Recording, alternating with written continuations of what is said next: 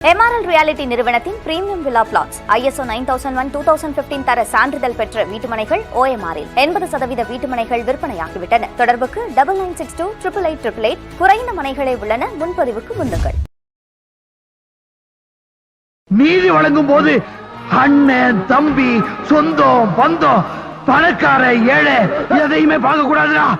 நியாயத்தை மட்டும் தான் சொல்லணும். அனைவருக்கும் வணக்கம். நாடாளுமன்ற தேர்தலில் தமிழ்நாட்டில் 4 முனை போட்டி நிலவ இருக்கிறது. திமுக கூட்டணி ஒரு பக்கம், அதிமுக கூட்டணி மறுபக்கம், பாஜக ஒரு பக்கம், நாம் தமிழர் தனித்து என்று 4 முனை போட்டி. இந்த 4 முனை போட்டியில் நாம் தமிழர் கட்சி தவிர்த்து மற்ற 3 கட்சிகளுமே கூட்டணி பேச்சுவார்த்தை ஈடுபட்டிருக்காங்க. நாம் தமிழர் கட்சி தனித்து என்று 40 தொகுதியில் 20 தொகுதி பெண்கள், 20 தொகுதி ஆண்கள்ல வேட்பாளரை உறுதி செய்து வேட்பாளர்களை அறிமுகம் கொடுத்துக்கு தயாராகிட்டு இருக்கு. இந்த நிலையில திமுக கூட்டணி கடந்த 15 நாட்களாக யாருக்கு எவ்வளவு சீட்டு, யார் எங்க நிக்க போறாங்க அப்படிங்கிறத அறிவித்து கொண்டு வர்றாங்க. அந்த சூழ்நிலையில் தான் இன்றைக்கு விசிக மற்றும் மதிமுகவிற்கு சீட்டுகள் ஒதுக்கப்பட்டிருக்கிறது, தொகுதிகள் ஒதுக்கப்பட்டிருக்கிறது. ஏற்கனவே இந்திய கம்யூனிஸ்டுக்கு 2, மார்க்சிஸ்ட் கம்யூனிஸ்டுக்கு 2 என்று ஒதுக்கியிருந்தாங்க. இந்திய யூனியன் முஸ்லீம் லீக்கு ஒரு சீட்டு ஒதுக்கப்பட்டிருக்கிறது. கொங்கு நாடு மக்கள் கட்சி ஈஸ்வரனுக்கு ஒரு சீட்டு ஒதுக்கப்பட்டிருக்கிறது. மனிதநேய மக்கள் கட்சி பெருந்தன்மையோடு அவங்க வந்து ஒரு ஒரு தியாக மனநிலை கொண்டு சீட்டு தேவையில்லை, ஆனாலும் 40 தொகுதியில் எங்களுடைய பிரச்சாரத்தை கொடுத்து வலுவாக நாங்கள் திமுகவுக்கு ஆதரவு கொடுப்போம் அப்படிங்கிற நிலைப்பாடு அவங்க எடுத்திருக்காங்க. இப்போ விசிகாவுக்கு குறைந்தபட்சம் 3 சீட்டுகள் கிடைக்கும் என்று எதிர்பார்க்கப்பட்டது. விசிகா பத்தி பேசினா நேரம் அண்ணன் சீமானவர்கள்ட்ட போயிட்டு உங்க தம்பி இப்படி திட்டிவிட்டான் அப்படின்னு சொல்லுவாங்க. அண்ணனும் வந்து விசிகா கொடுத்து பேசக்கூடாதுன்னு இருக்காங்க. நான் விசிகாவுக்கு எதிராக பேசலை, டிஸ்க்ளைமர் போட்டுறேன். விசிகாவுக்கு எதிராக எப்போதுமே பேச வேண்டிய தேவையும் இல்லை, பேசவும் கூடாது என்று அண்ணன் சீமானவர்கள் அன்பு கட்டளை கொடுத்திருக்காரு. நான் கேட்பது ஒன்னே ஒண்ணுதான், 3 தொகுதிகள் கிடைக்கும் என்று விசிக எதிர்பார்த்தது. ஆனால் 3 தொகுதிகளுக்கு விசிக தகுதியான கட்சியா என்று பார்த்தால் சத்தியமாக விசிக என்கிற கட்சி தமிழ்நாட்டில் 4 தொகுதிகளில் நிற்கிற அளவுக்கான தகுதி படைத்த கட்சி. ஏன்னா கடந்த நாடாளுமன்ற தேர்தலில் விசிகாவுக்கு 2 தொகுதிகள் ஒதுக்கப்பட்டது. சிதம்பரம் மற்றும் விழுப்புரம் இரண்டுமே தனி தொகுதி. ஆனா விழுப்புரத்துல உதயசூரியன் சின்னத்துல திமுகவில் இணைந்தது போல காட்டித்தான் மரியாதைக்குரிய ரவிக்குமார் அவர்கள் நின்றார். அவர் ஒரு திமுகவுடைய வேட்பாளர் தான். விசிகாவுடைய பானை சின்னத்திலேயோ விசிகாவுடைய கேண்டிடேட்டோ நிக்கல. ஆனாலும் ஒரு அன்அபிஷியலா திமுகவோட அபிஷியலா ஒரு விசிகாவை சேர்ந்தவர், விசிகால பொறுப்பாளர். அப்போ விசிகாவுக்கு 2 சீட்டு, விசிகா 2 சீட்டு ஜெயிச்சிருக்காங்க. இந்த 4-5 ஆண்டு காலத்தில் விசிக கடுமையாக தமிழ்நாட்டில் வந்து தங்களுடைய பங்களிப்பை செலுத்தியிருக்காங்க. சொல்ல போனா இந்த 2.5 ஆண்டு கால ஆட்சியில திமுக மீதான கடுமையான விமர்சனங்களை குறைப்பதற்கு மிக மிக முக்கியமாக காரணமாக இருந்தது விசிக தான். விசிக மட்டும் திமுகவுக்கான எதிர்நிலைப்பாடு எடுத்திருந்தா தமிழ்நாடு மக்களிடத்துல சொல்ல போனா இந்தியா முழுக்க திமுகவுக்கு மிகப்பெரிய அவப்பெயர் உருவாயிருக்கும். அப்படி பல சம்பவங்கள் இந்த 2.5 ஆண்டு காலத்துல நடந்தது. ஆனால் எல்லாவற்றிற்கும் தோளவை சுட்டுதல் என்ற அடிப்படையில், கூட்டணி தர்மம் என்ற அடிப்படையில் மரியாதைக்குரிய அண்ணன் திருமாவளவன் அவர்கள் வந்து திமுகவுக்கு ஆதரவு நிலைப்பாட்டில் மிக உறுதியாக இருந்தார். கம்யூனிஸ்டுகள் கூட சில இடங்களில் விசிக திமுகவுக்கு எதிரான போராட்டங்களை அங்கங்க பண்ணாங்க. மாநிலம் தழுவி பண்ணலையே கூட அங்கங்க பண்ணாங்க. ஆனால் விசிகாவுடைய கொடிக்கம்பங்கள் உடைக்கப்பட்டது. விசிகாவுக்கு பொதுக்கூட்டங்கள் அனுமதி மறுக்கப்பட்டது. 2021 சைலேந்திரபாபு டிஜிபியா வந்த காலகட்டத்தில் தமிழ்நாடு முழுக்க விசிகாவுடைய முன்னாள் பொறுப்பாளர்கள், முக்கியமான பொறுப்பாளர்கள், விசிகாவுடைய கட்சியை சார்ந்தவர்கள் கைது செய்யப்பட்டாங்க. கொடியேற்ற முடியல. பக்கத்துல பிஜேபி கொடி பறக்குது கள்ளக்குறிச்சியில.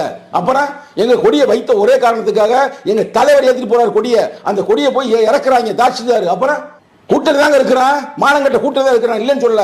அப்புறம் அதுக்கு என்ன சொல்றீங்க? என்ன கூட்டணி ஒரு இடம் சொல்ல முடியும்?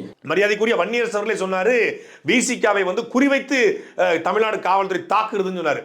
சமீபத்தில் கூட தமிழ்நாடு காவல்துறையில சங்கிகள் புந்துட்டாங்க, அதனால விசிகாரங்க கைது செய்யப்படுறாங்கிற குற்றச்சாட்டு வைக்கப்பட்டது. அப்படி இந்த ஆட்சி கடுமையான அழுத்தத்தை விசிகா மீது கொடுத்த பிறகும் கூட விசிகா எதிர்நிலைப்பாடு எடுக்கல.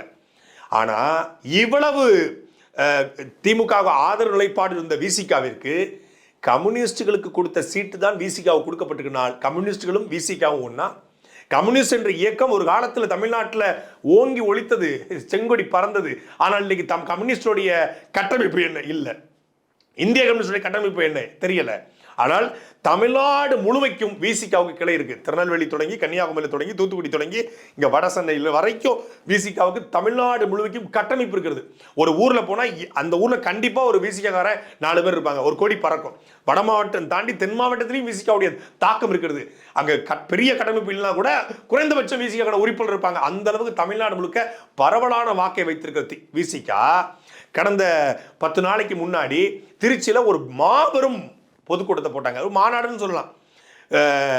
அந்த திருச்சி பக்கத்தில் SRM காலேஜ் பக்கத்தில் நடந்த அந்த மாநாடு சேலத்தில் இளைஞரணி சார்பாக திமுக நடத்திய மாநாடை விட மிகச்சிறந்த மாநாடு என்று எல்லாராலும் கொண்டாடப்பட்டது. ரொம்ப நேர்த்தியா அவ்வளவு பெரிய கூட்டத்தை கூட்டினாரு.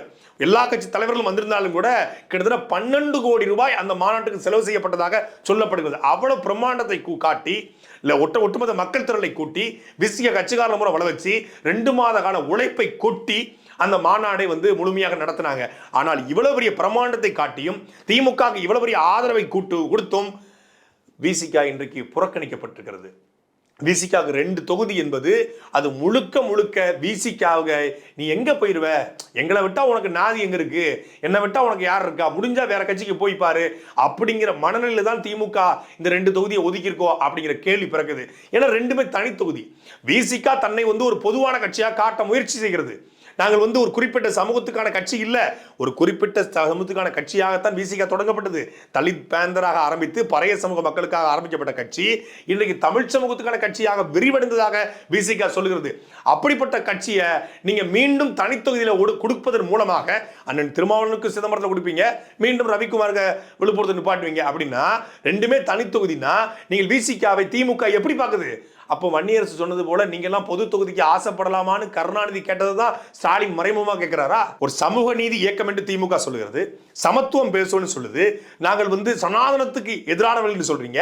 அப்படிப்பட்ட நீங்கள் ஒரு ஒடுக்கப்பட்ட சமூகத்திலிருந்து கிளந்து வந்த ஒரு தலைவரை அந்த ஒடுக்கப்பட்ட சமூக மக்கள் இன்றைக்கு படிப்பதற்கு, அரசியல் விழிப்புணர்வு அடைவதற்கு, அவர்கள் அடுத்த கட்டத்துக்கு செல்வதற்கு ஏதோ ஒரு வகையில் அண்ணன் திருமாவளவன் காரணம் என்பதை யாராலும் மறுக்க முடியாது.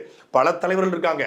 குறிப்பாக சொல்ல போனா மரியாதைக்குரிய அண்ணன் சென்னையிலுடைய சிங்கமாக அரக்கோணத்தில் பிறந்து சென்னையினுடைய சிங்கமாக வாழ்ந்து அந்த ஒடுக்கப்பட்ட தாழ்த்தப்பட்ட மக்களுக்காக குறிப்பாக பறைய சமூக மக்களுடைய விடுதலை மட்டுமில்லாத ஒட்டுமொத்த சமூகத்தையும் இணைச்சி களமாடிய பூவை மூர்த்தியார் இன்னைக்கு கூட ப்ளூ ஸ்டார் படத்துல அவரை காட்சிப்படுத்தினாங்க. அப்படிப்பட்ட தலைவர்கள் இந்த சமூகத்திற்கான விதையை போட்டிருக்காங்க. எத்தனையோ பேர் இப்போ அண்ணன் ஏர்போர்ட் மூர்த்தி உழைக்கிறாரு, அண்ணன் எரிமலை ராமச்சந்திரன் உழைக்கிறாரு, எத்தனையோ பேர் இந்த சமூகத்தினுடைய விடுதலைக்காக உழைக்கிறாங்க. ஆனாலும் கூட அண்ணன் திருமாவளவனுடைய பங்களிப்பை தவிர்த்து விட முடியாது. நிறைய தாக்கத்தை அவர் ஏற்படுத்தியிருக்காரு. அவருடைய எழுத்து, அவருடைய பேச்சு, இது எல்லாமே மிகப்பெரிய தாக்கத்தை உருவாக்கியது. அதனால தான் இன்னைக்கு அந்த சமூக மக்கள் ஒரு விழிப்புணர்வு அடைஞ்சிருக்காங்க, ஒரு அரசியல் ரீதியாக அங்கீகரிக்கப்பட்டிருக்காங்க. அப்படிப்பட்ட ஒரு பேர் இயக்கத்திற்கு நீங்கள் கொடுக்கிற மரியாதை என்பது மிக மிக குறைவு. திமுக கூட்டணி விசிகாவுக்கு எத்தனை சீட்டை கொடுத்துட்டு போட்டோம், உங்களுக்கு என்னப்பா கேள்வி அப்படின்னு கேட்கலாம். ஆனாலும் கூட தமிழ்நாட்டினுடைய அரசியல்ல விசிகாவை தவிர்க்க முடியாது. அவங்க வெல்றாங்க தோற்கிறாங்க, அது மக்கள் வாக்கு செலுத்துவதை பொறுத்து இருக்கிறது. ஆனால் விசிகா கேட்டது 4 தொகுதி, 3 தொகுதியில் கொடுப்பதாக உறுதி செய்யப்பட்டிருக்கிறது. சங்கத்தமிழன் கூட சொன்னார் 3 தொகுதி கொடுக்கலாம் தீக்குளி பண்ணார். அதாவது அவர் தீக்குளிக்க போறது கிடையாது, ஆனால் தீக்குளிப்போம் அப்படிங்கிறது என்னது ஒரு வகையான உணர்வு வெளிப்பாடு தான். அந்த உணர்வு வெளிப்பாட்டிற்கு கூட மரியாதை கொடுக்காம நீங்க பொது தொகுதியை அவங்களை அடையாளப்படுத்தாம சரி 2 தொகுதி கொடுத்தீங்க, ஏன் பொது தொகுதி கொடுக்கல? நீங்க விழுப்புரத்தில் கொடுத்தவங்க பக்கத்து தொகுதியில் நிப்பாட்டலாமே, சிதம்பரத்தில் கொடுத்தவங்க பக்கத்தில் மயிலாடுதுறையில் நிப்பாட்டலாமே, ஏன் அவருடைய சொந்த தொகுதி இருக்க பெரம்பலூர் மாவட்டம், மரியாதைக்குரிய அண்ணன் திருமாவளவனுடைய சொந்த ஊர் இருக்கிற மாவட்டம் பெரம்பலூர் இருக்கு, அரியலூர் இருக்கு. பெரம்பலூர் ஒரே பெரம்பலூர் நிப்பாட்டலாம், இல்லை எங்கெல்லாம் நிப்பாட்டலாம், சென்னைக்குள்ளேயே அவருக்கு கொடுக்கலாம். ஏன்னா உங்க கட்சியை சார்ந்த நபர்கள் அங்க பாதிக்கப்படக்கூடாது, உங்க கட்சியினுடைய வாரிசுகளுக்கு சீட்டு குறைஞ்சிடக்கூடாது. அப்படி இருக்காக 2 தனி தொகுதியை ஒதுக்கி விட்டுருங்க அப்படின்னு சொல்லி ஒதுக்குறீங்கன்னா இது திமுகவுடைய சனாதனமா இல்லையா? 3 சீட்டு வாங்கலைன்னா நாங்கள் தீக்குளிப்போம். கம்யூனிஸ்டுகள் எந்த ஊரில் நிக்க போறாங்கன்னு தெரியல, அதே போலதான் மார்க்சிஸ்ட் கம்யூனிஸ்ட் எந்த ஊரில் நிக்க போறாங்கன்னு தெரியல. காங்கிரஸுக்கு இழுபறியா போய்கிட்டு இருக்கு. விசிகாக மட்டும் அறிவிச்சிருக்காங்க, மதிமுக சொல்லலை. விசிகாக மட்டும் முதல்ல சொல்லிட்டாங்க இந்த தொகுதி தான், அதை நீ முடிவு பண்ணிக்கோங்க. ஏன்னா தனி தொகுதியில் மற்றவங்களாம் பொது தொகுதியில் நிற்பாங்க, அதனால கொஞ்சம் அறிவிக்கிறத தாமதப்படுத்தலாம். இவங்க தனி தொகுதி அப்படின்னால உடனடியாக அறிவிச்சு விட்டுருக்காங்க. அதுலேயுமே திமுக தன்னுடைய வேலையை பார்த்துக்கிறது. விசிகாவை அது ஒரு பாராமுகமாக சொல்லுவாங்களே, இது மாற்றாந்தாய் மனநிலையோடு மலர்ந்துக்கிறாங்கன்னு, அந்த மாற்றாந்தாய் மனநிலையோடு தான் விசிகா கிட்ட திமுக நடந்துகிறது. இதனால தான் இப்படி கூட்டணி என்ற பெயரில் நம்மை அசிங்கப்படுத்துகிறார்கள் என்பதனால தான் நாம் தமிழர் கட்சியுடைய தலைவர் சீமான் அவர்கள் யாரோடும் கூட்டணி போகாமல் இருக்காரு. கூட்டணி போய்விட்டால் நம் தனித்தன்மை அங்கு இழக்கப்படுகிறது, தன்மானம் கேள்விக்குறியாகிறது, கொள்கை கோட்பாடு தொண்டர்களுடைய உணர்வு மனநிலை எல்லாமே அங்க மொத்தமா அழித்து ஒழிக்கப்படுகிறது, அசிங்கப்படுத்தப்படுகிறது. இன்னைக்கு நாம் தமிழர் ஒரு கட்சி கூட்டணிக்கு போனா குறைந்தபட்சம் ஒரு 5 எம்பி, குறைந்தபட்சம் ஒரு 5 எம்பி கட்சிக்கு தேவையான ஒரு அலுவலகத்தை போட்டுடலாம், ஒரு 30-40 மாவட்ட செயலர் வந்து செட்டில் பண்ணி விட்டுறலாம், எல்லாம் பண்ணலாம். ஆனால் 2026 சட்டமன்ற தேர்தலை எதிர்கொள்ளவோ 2029 நாடாளுமன்ற தேர்தலை எதிர்கொள்ளவோ நாம் தமிழ் இருக்குமான்னா கேள்விக்குறி. யாரெல்லாம் திமுகவை எதிர்த்து அதிமுகவை எதிர்த்து தமிழ்நாட்டில் அரசியல் இயக்கங்கள் தொடங்கினாங்களோ அவங்க அத்தனை பேரும் இன்னைக்கு திமுகவோடும் அதிமுகவோடும் காம்ப்ரமைஸ் ஆயிட்டாங்க. கடைசியா நம்ம ஐயா அந்த பக்கம் நிற்காமல் இந்த பக்கம் நிற்காமல் நடுவில் இப்போதான் என்னுடைய மையமாக நான் என்ன நடுவில் லாரி வரும் அடிபட்டு சாக முடியும் அப்படின்னு இது என்ன வாயில நல்லா வந்துருமா அப்படின்னு பேசிக்கிட்டு இருந்தாரு. கடைசியில் பார்த்தா திமுகவை எதிர்த்து கட்சி தொடங்கிய மரியாதைக்குரிய நம்மவர் நம்ம விருமாண்டி திமுகவை எதிர்த்து கட்சியை தொடங்கிவிட்டு இப்போ திமுக கூட்டணி எப்படா கூப்பிடும் அதில் ஒத்த சீட்டு வாங்கலாம்னு சொல்லி உட்கார்ந்துருக்காருங்க. அந்த பக்கம் மணிரத்னம் கடையை வச்சுட்டு அமெரிக்காவில் கடையை வச்சுட்டு தக்லைஃப் ஷூட்டிங் ஸ்பாட்டில் உட்காந்துருக்காரு, கேமரா லைட்லாம் ஆன் பண்ணி வச்சுட்டு உட்காந்துருக்காரு. இவர் அங்கே போகிறதா இல்லை இப்போ கோபாலபுரத்தில் கூடுவாங்க இங்கே போகிறதான்னு தெரியாமல் கமலஹாசன் ஆழ்வார்பேட்டை ஆண்டவா நான் எப்படா கோபாலபுரத்தை தாண்டவா அப்படின்னு யோசிச்சுட்டு வந்திருக்காரு. என்ன மாதிரியான அரசியல் பாருங்க, என்ன மாதிரி நிலைப்பாடு பாருங்க. மக்களை பற்றி மயிரா போச்சு, கொள்கை கோட்பாடு சித்தாந்தம், கட்சிக்கு செலவு பண்ணவன், கட்சிக்கு வந்தவன், வேலையை விட்டு போனவன் எதுவும் பற்றி கொள்ளல. இல்லை என்ன பெரிய குடும்பம்னா மகேந்திரனுங்கிற ஒரு மிகப்பெரிய தொழிலதிபர், கோயம்புத்தூரை சார்ந்தவர், மிகப்பெரிய ஒரு 1000 கோடி ரூபாய்க்கு மேல சொத்து மதிப்பு கொண்டவர், 350 கோடி ஐடி மட்டுமே கட்டுறாராம், வருமான வரி மட்டுமே. அவ்வளவு பெரிய தொழிலதிபர் கமலஹாசனுக்கு மிகப்பெரிய ஒரு நம்பிக்கை ஏற்படுத்த வர்றாரு. அவர் வேலை பார்க்குறவனே ஒரு 2000-3000 பேர் அவர்கிட்ட நிறுவனத்தில் வேலை பார்க்குறான். ஆனால் எல்லாத்தையும் விட்டுவிட்டு கமல் அப்படின்ட்டு வர்றாப்புல வந்தவரை காயடிச்சு அவரை வந்து அவரை முடிஞ்ச அளவுக்கு உறிஞ்சி தள்ளிட்டு இப்போ வந்து அவர் திமுகவுக்கு போயிட்டாரு. கமல்கிட்ட கோச்சிட்டு அவர் திமுகவுக்கு போயிருக்காரு. இவரும் திமுகவுக்கு போயிட்டாரு. இதுக்கு அவர் என்ன பண்ணிருக்கலாம், அவர் எங்க இருந்துக்கலாம், பருத்தி மூட்டை குள்ளவங்களா இருந்துக்காங்க மாதிரி அவர் இங்க இருந்துக்கலாம். ஏன்னா மொத்தமா இவரே தான் அங்க போறாரு, அவருக்கு நீங்க தனியா போய் அங்க நின்றுக்கிட்டு. அதே போலதான் பத்மபிரியான்னு ஒரு தங்கச்சி வந்தாங்க. அவங்க வந்து கடுமையா கமலஹாசனை போல வராது அப்படி இப்படின்னு பேசிக்கிட்டு இருந்தாங்க, ஒரு சமூக ஆர்வலர். அவங்களும் திமுகவுக்கு போயிட்டாங்க. மக்கள் நீதி மையத்தில் பாதி பேர் திமுகவுக்கு போய் வச்சுட்டு இவர் தனியா போயிட்டு இருக்காரு. இவர் மட்டும் கடந்த தேர்தலில் நிற்காம இருந்திருந்தாருன்னா 19-21 நாம் தமிழர் கட்சி அந்த பொதுவான வாக்காளர்கள், நடுநிலையாளர்கள், படிச்சவங்க கமலஹாசன் வந்து ஒரே தள்ளிடுவாரு, படிச்சவர் அவர் எங்க படிச்சவர், 7வது தான் படிச்சிருக்காரு. கமலஹாசன் படிச்சவர் நம்பி போனான். கமலஹாசனோட நிச்சயமாக அதிகமாக படிச்சவர், அது இதா பார்த்தா கூட, எஜுகேஷன்லாம் பார்த்தா கூட. ஆனால் அந்த புரிதல் இல்லாமல் கமலஹாசன் நல்லவருங்க, சிவப்பா இருக்காரு, சிவப்பா இருக்கான், போய் சொல்ல மாட்டான்ட்டு போனாங்க.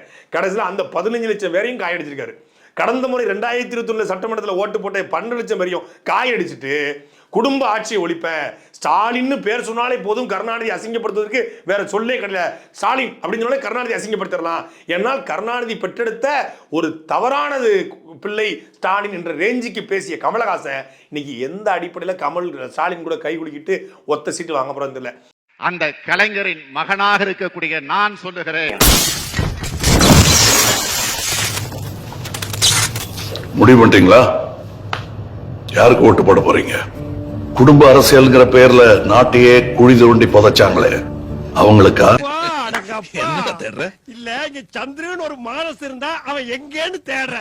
ஒத்த சீட்டு வாங்குறது கொடுமை இல்ல, தப்பித்தவரி கோயம்புத்தூர்லயோ எங்கேயோ நின்று மக்கள் ஓட்ட போட்டு இவரை எம்பி ஆக்கிட்டாருன்னா நாம எப்படியோ ஒரு 30-40 வருஷமா கமலஹாசன் பேச்சை கேட்டு சமாளிச்சுட்டோம். அவருக்கு நம்ம புரிஞ்சிருவோம். பாராளுமன்றத்தில் போய் நம்ம ஆளு உட்கார்ந்தாரு வைங்க, அங்க இருக்கக்கூடிய பாராளுமன்ற உறுப்பினர்களும் அவங்க வடநாட்டுக்காரங்களும் என்ன நிலைமைக்கு ஆக போறது இல்லை. ஏன்னா பேசுறது எதுவுமே புரியாது. கமல் படத்தை புரிஞ்சுக்கிறதுக்கே 30 வருஷம் ஆயிருக்கு. அது மஞ்சுமால் பாய்ஸ்னு ஒரு படம் வந்த படம் தான் குணா படத்தையே புரிஞ்சிருக்காங்க, அதுக்கே 30 வருஷம் ஆகி போச்சு.